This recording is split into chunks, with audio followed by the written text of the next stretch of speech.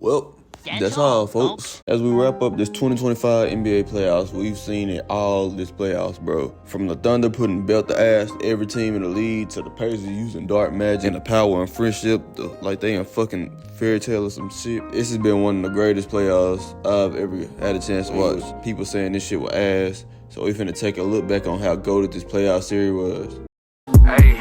Yeah, they asked how I'm doing, been working the music, they told a young nigga keep dreaming. I stay to myself, don't fuck with these niggas, and hoe why the fuck everybody been leeching. Been chasing that motherfucking paper, I really been stacking my nigga, this shit is increasing. Who can I call my back of the wall, so I ran this shit up, now all of these fuck niggas need me. In the first round, the Thunder match up with the Grizzlies, and bro, it ain't even too much for me to say about this series. The Thunder absolutely dog-walked the Grizzlies in 4 games with suffocating defense from the first 2. In the first 2, the Thunder beat the Grizzlies by like 70 points in 2 games. In Game 3, it started as a blowout with the Grizzlies taking care of business, well, until... Look at Pippen. Look out. Oh, boy. Yeah, there was no way in heaven or hell the Grizzlies winning out, Ja. The Thunder make a 29-point comeback and beat the Grizzlies and then take care of business in the next game to win the series. Would it go differently if Ja was healthy? Well, he thinks so.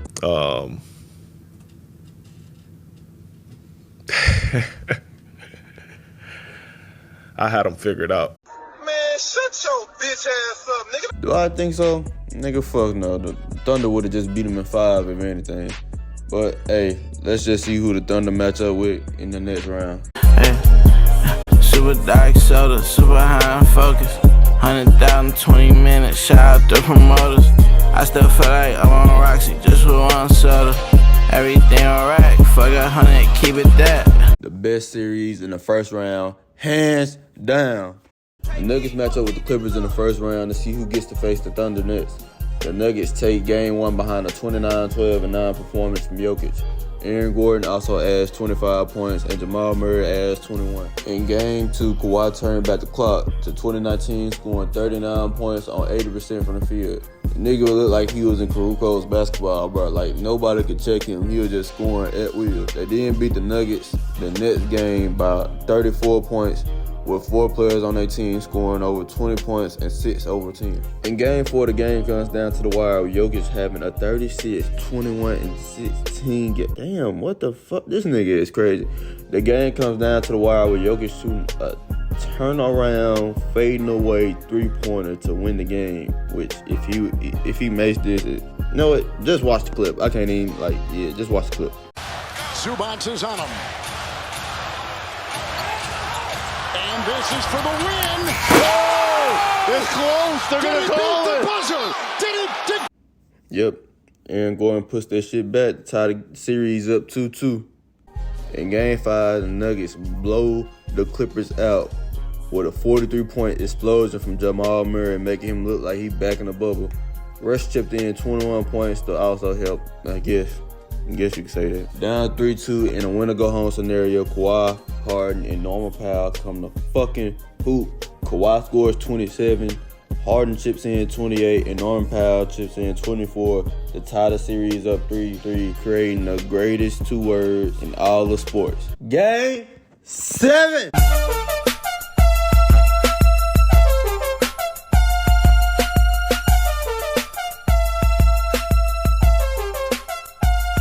Yeah, I ain't gonna lie, this shit kind of disappointed me. This game was really a blowout. Yeah, the Nuggets took care of business. Jokic not really having to do too much. Well, not having to do too much for fucking Jokic standard. He only had 16, 10-10, 6 other players scored in double digits. And now the Nuggets are set to play the OKC Thunder in the second round. MVP versus MVP candidate. Let's see what happens. First, let's take a look at the bottom of the bracket of the Western Conference. I see, I'm so sick of you.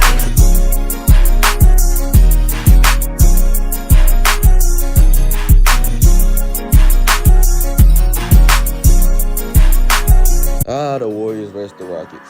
Really, Steph versus the Rockets, because over the past 10 years, Steph has been consistently dog-walking the Rockets any chance he get. It's so bad that Dom2K made a whole video that I'm gonna link down in the description of him documenting the war crimes that Steph has committed against the Rockets. But let's see, it's a whole different group, a new core for the Rockets. Let's see if they can get a win over Steph Curry or if Steph still has this haunting image over the Rockets. Let's do it.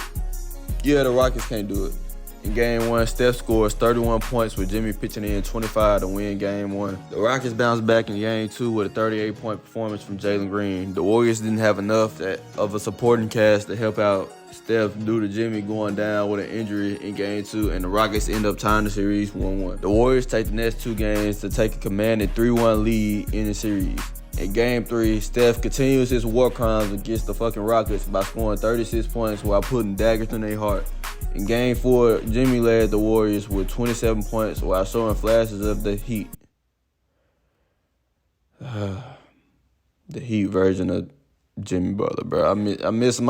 Please come back. Come on. With the Rockets' backs against the wall, being down 3-1, Fred VanVleet decides to pull a Captain Ginyu and change bodies with Steph Curry. He drops 26 points and 29 points on 67% shooting in the next 2 games, tying the series up, leading us to the best 2 words in sports, Game 7.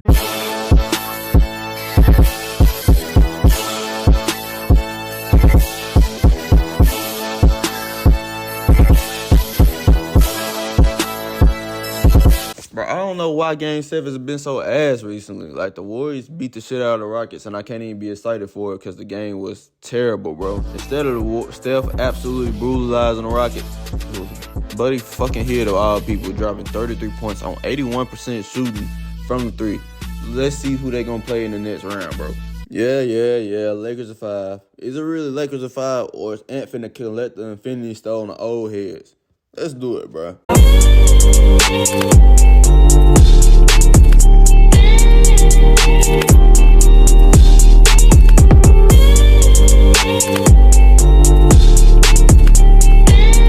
In the first 2 games, the Timberwolves and the Lakers split the games 1-1, with the Lakers' lack of size being a major concern versus this Timberwolves team. For the next 2 games, the Wolves proved the Lakers and 5 bullshit wrong. The Timberwolves absolutely spanked the Lakers while winning these games very handily due to the Lakers' lack of size. They also don't have a good point of attack defender to slow down Anthony Edwards. All this leads to something I never thought I'd witness in my fucking life.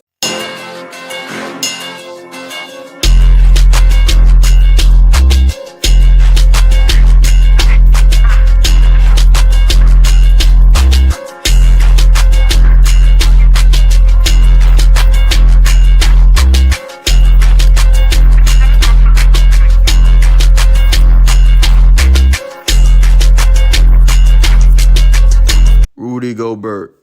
Yes, Rudy fucking Gobert just had a 27-point, 24-rebound game to close out a series against the Lakers. Yeah, the Lakers deserve to lose this shit.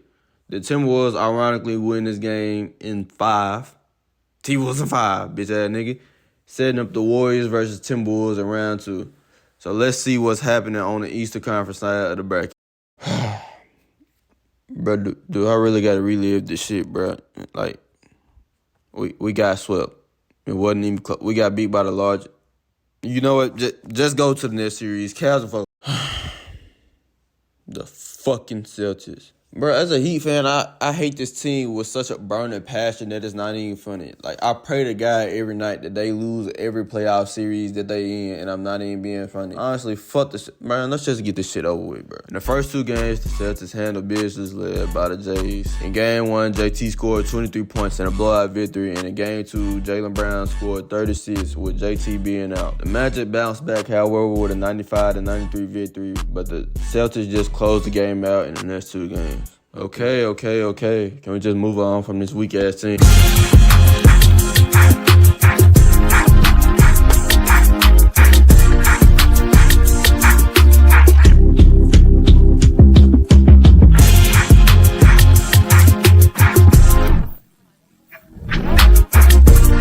Bro, I know I said the Clippers and the Nuggets might have been the best series out of the first round, but this shit right here, for real, might be the best series out of the whole playoffs, my nigga. 5 out of the 6 games were decided within digits, and this was the series that woke up the world to how good the Pistons really is. So let's get into this review of this series. In Game 1, the Knicks take the dub after getting 34 points from an injured Jalen Brunson. The Pistons take the next game off the back of a 33-point, 12-rebound masterclass from Cage, showing that he could really play at this level. The Knicks win Game 3 in a nail-biter off the back of a 31-point performance from Towns and 30 from Brunson. In Game 4, the Knicks win after an egregious no-call on a three-pointer from Tim Hardaway Jr. Good! Harris battling, loose ball on the floor, picked up Hardaway, 2 seconds left, puts up the shot, no! And the game is over! Like, how do you miss that? Like, nigga, you standing right there. You standing right at it. Man, the Knicks take a 3-1 lead in the series. The Pistons bounce back in Game 5, but ultimately lose in 6 games.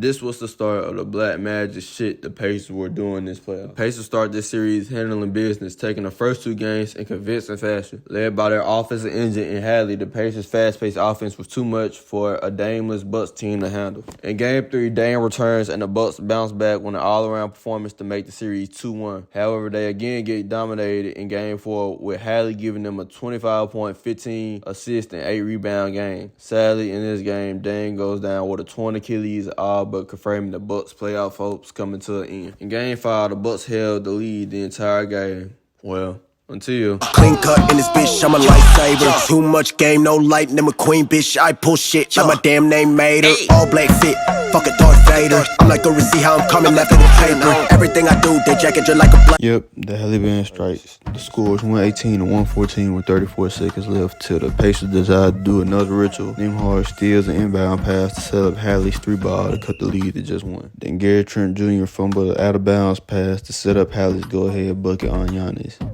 Yep, Gary Trent Jr., you are officially a Shanghai Shark. The Pacers win that game in the series to set up a second-round matchup against the Cavaliers. Let's start round 2 with the best series in the entire playoffs.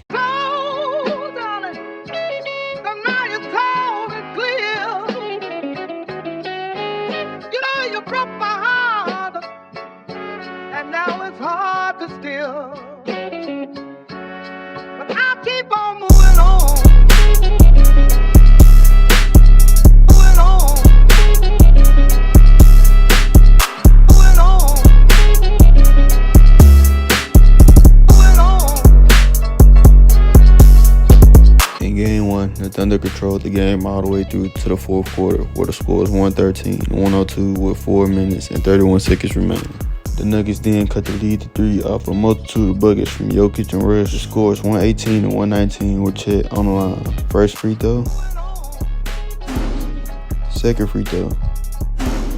The Nuggets get the rebound and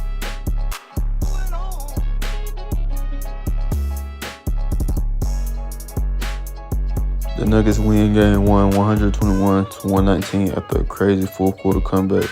Jokic finishes with a 40-20 game. In Game 2, the Thunder absolutely decimate the Nuggets 149-106. Shea drops 34 points in 3 quarters on 85% from the field and 11 free throws. The Nuggets bounce back in Game 3 with an overtime win. Jamal scored 27, Aaron Gordon scored 21, and MPJ added in 21 points. Jokic struggled, putting up 20, 16, and 6, but with 8 turnovers and shooting 8 for 25 from the field. Shea also had a tough night, finishing with only 18 points, shooting 8 for 22 from the field. The Thunder take the next 2 games for absolutely suffocating defense, holding Nuggets to only 31% shooting in Game 4. Jokic had 27 on 32% shooting and a playoff low of 3 assists. In Game 5, the two MVP candidates finally wake up and battle it out, with Shea getting 31, 7, and 6, and Jokic having a 44, 15, and 5 game. Jokic, Game 6, the Nuggets bounce back with 3 players scoring over 20 points for the Nuggets. Jokic, Bron, and Murray, and win Game 6, giving us the 2 best words in sports. Game 7.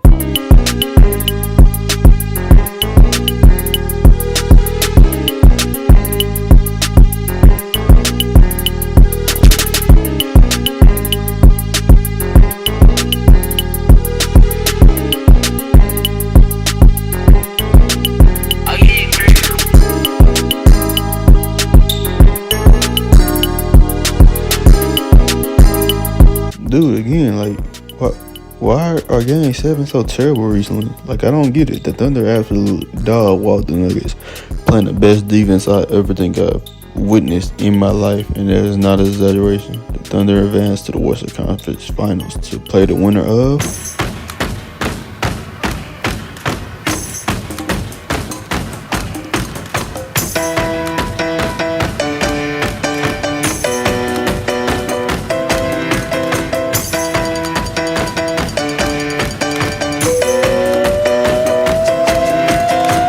Anthony Edwards, Steph Curry. Can Ant collect the Infinity Stone of old heads? We about to find out. Look, man, I'm not finna take all this time to recap every game in the series when it didn't matter because Steph got injured early in the game. The Warriors win Game 1, however, Steph gets injured in the second quarter, causing him to miss the rest of the series. Jimmy decides that he doesn't want to look at the basket and trusts Buddy Hield, of all people, to be the primary scorer of the Warriors. Yeah, so, the Wolves won in 5, giving us a TWolves and Thunder Western Conference Final.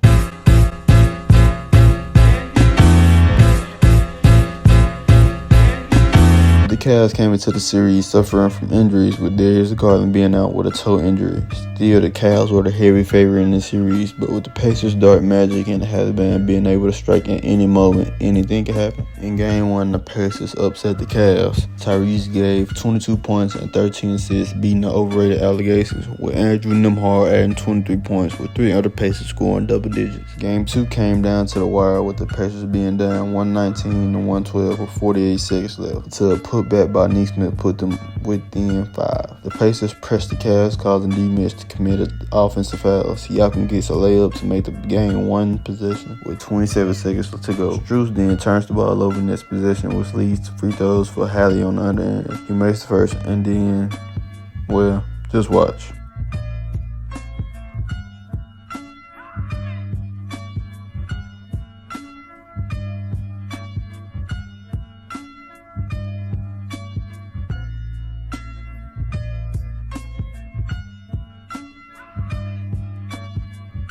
The Halle Band strikes again. The Pacers take this game 112 to 119, stunning the Cavs. Yeah, the Cavs wasn't going out like that. They take game 3 by 22 points, with Darius Garland making a return to the lineup.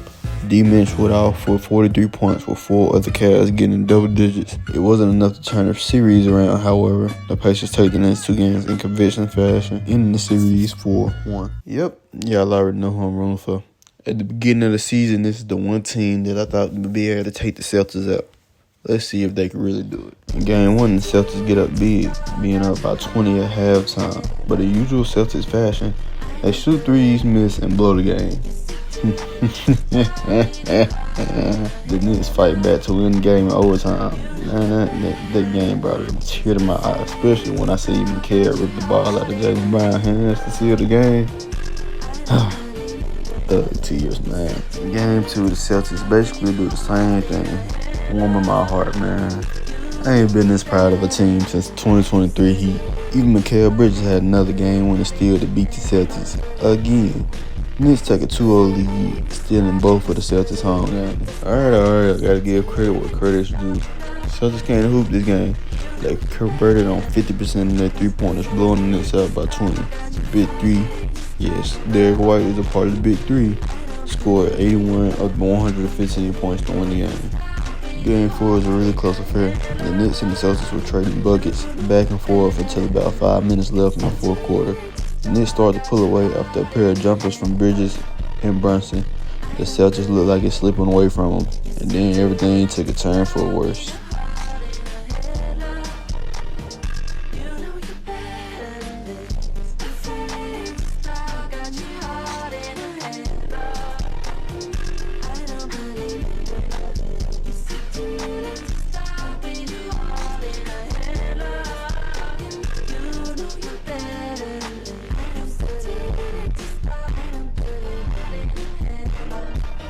JT goes down on Achilles and tear, man. Look, I might be a Celtics hater, but I really wouldn't wish this injury on any player. Prayers out to JT, hoping for a speedy recovery or for you to come back even better than you were. After JT went down, the Celtics fell apart, losing Game 4.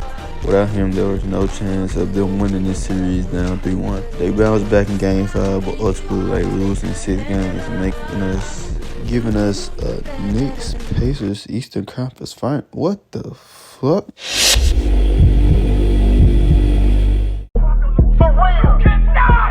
Wow, he looking hard, I shot him. My dick hotter than lava. Hurt, 15 football models, said it's a roller.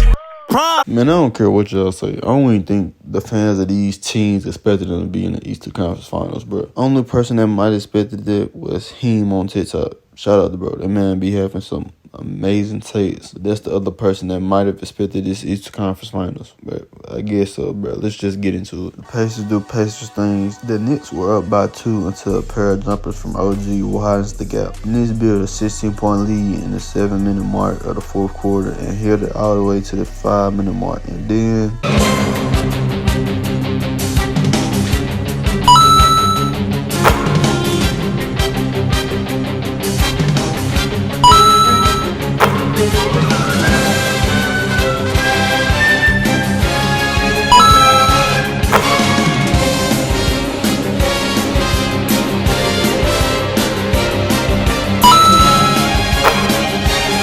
Smith turns to prime Klay Thompson and hit 4 threes in a row to close the gap to a 1-possession game. And if you've been watching the Pacers this playoffs, you already know what's about to happen. Indiana with it.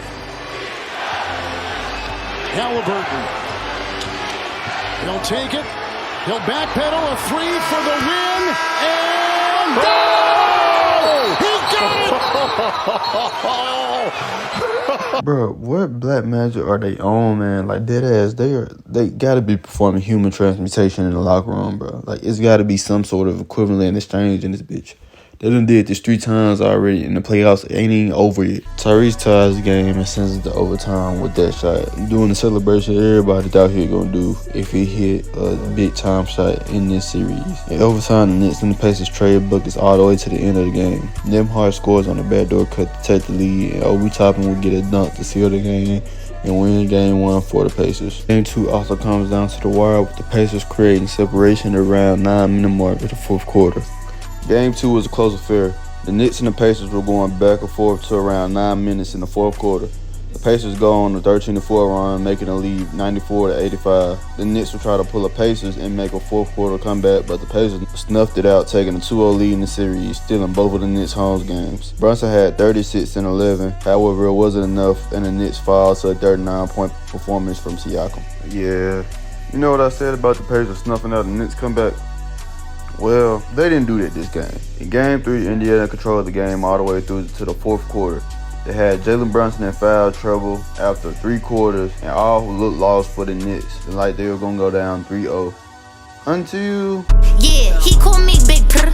Come make that pussy purr. The SRT maker get wet, play in that cat while I switch. Big Purr scored 20 of his 24 points in the fourth quarter to come back and steal Game 3 from the Pacers, making the series 2-1. In the crucial Game 4 to ultimately decide the series, Tyrese decides to have an historic playoff performance, dismantling the Knicks with a 32-point, 15-assist, 12-rebound game to take a 3-1 lead in the series. Siakam added 30 with a Obi Toppin 3-pointer sealing the game. Jalen Brunson scored 31, Cat had 24 and 12 rebounds, and OG finished with 22, but it wasn't enough, and the Knicks ultimately go down 3-1. The Knicks blow out the Pacers in the next game. However, the Pacers finished the series off in Game 6 with a 125-108 victory over the Knicks, sending them to the finals to play the winner of the Timberwolves and Thunder series.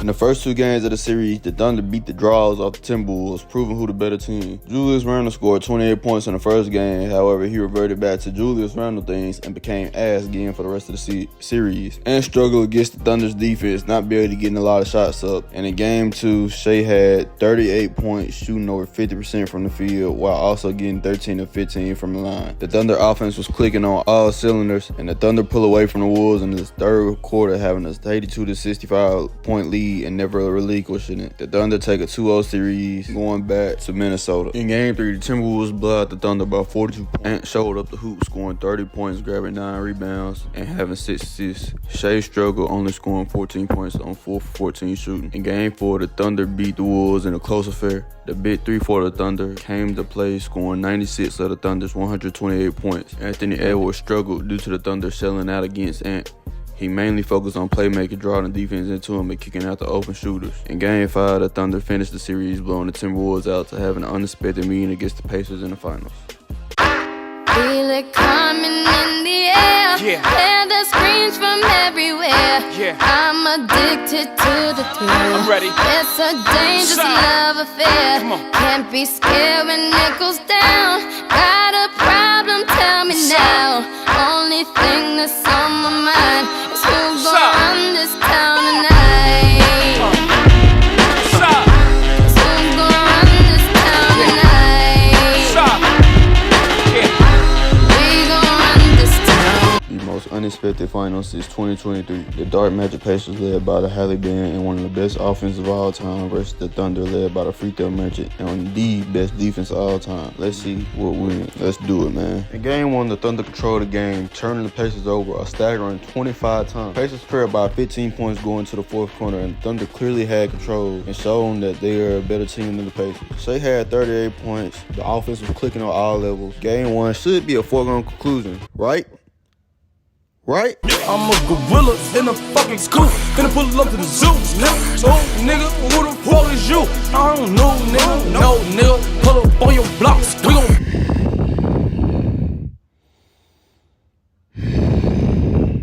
Bro, this finals all going for OKC. They been my favorite team this whole little playoff run.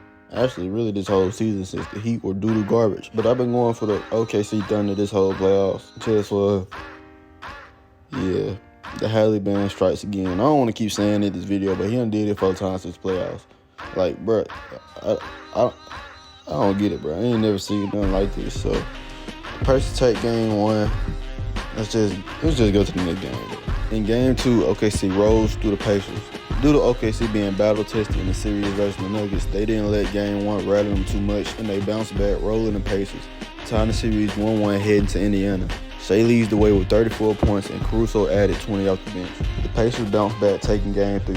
The game was back and forth before the Pacers go on a 9-2 run to open the game up for them. Shea struggled this game, only scoring 24 points. However, his impact was diminished in the fourth quarter due to how the Pacers were putting him in so many actions. Tyrese came to play, having a 22-11-9 game, and Bennett Mathurin pushed in 27 points while shooting 75% from the field. The Pacers take a 2-1 series lead in the series. In Game 4, OKC tried something a little bit different. First, they changed Shea's minutes around, allowing him to rest more in the first and third quarter, allowing him to have more rest for the fourth quarter. They also played him more off the ball and had J-Dub running the point forward position. This allowed Shea to take over, scoring 15 points in the fourth quarter alone. This allowed for the Thunder to tie the series up 2-2. Well, that and Bennett Mathurin being a dumbass. In a crucial Game 5, the Thunder have a repeat of Game 1, except this time they don't blow the lead. J-Dub goes off with a 40-point performance, and SGA steps up with 31. Halle struggled due to pulling his calf early in the game and not being able to make a single field goal in this game. Can the Pacers bounce back? Yep, they can. In Game 5, the Pacers rolled the Thunder with 6 Pacers being the double digits. The Thunder came in this game flat, not having an ounce of urgency. It got dominated so bad that Mar Daynob pulled the plug and took the starters out in the third quarter. Halle showed no weakness due to his calf injury and played as hard as he could, righting his wrong in Game 5. With this series tied 3-3, this gives us the 2 best words in all the sports. Game 7.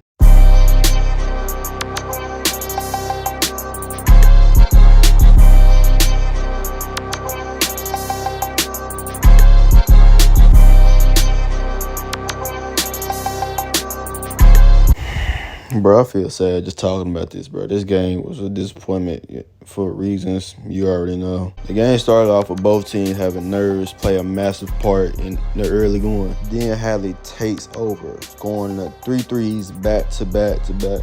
Looking like it could be a big night for him, and the Thunder may be in trouble until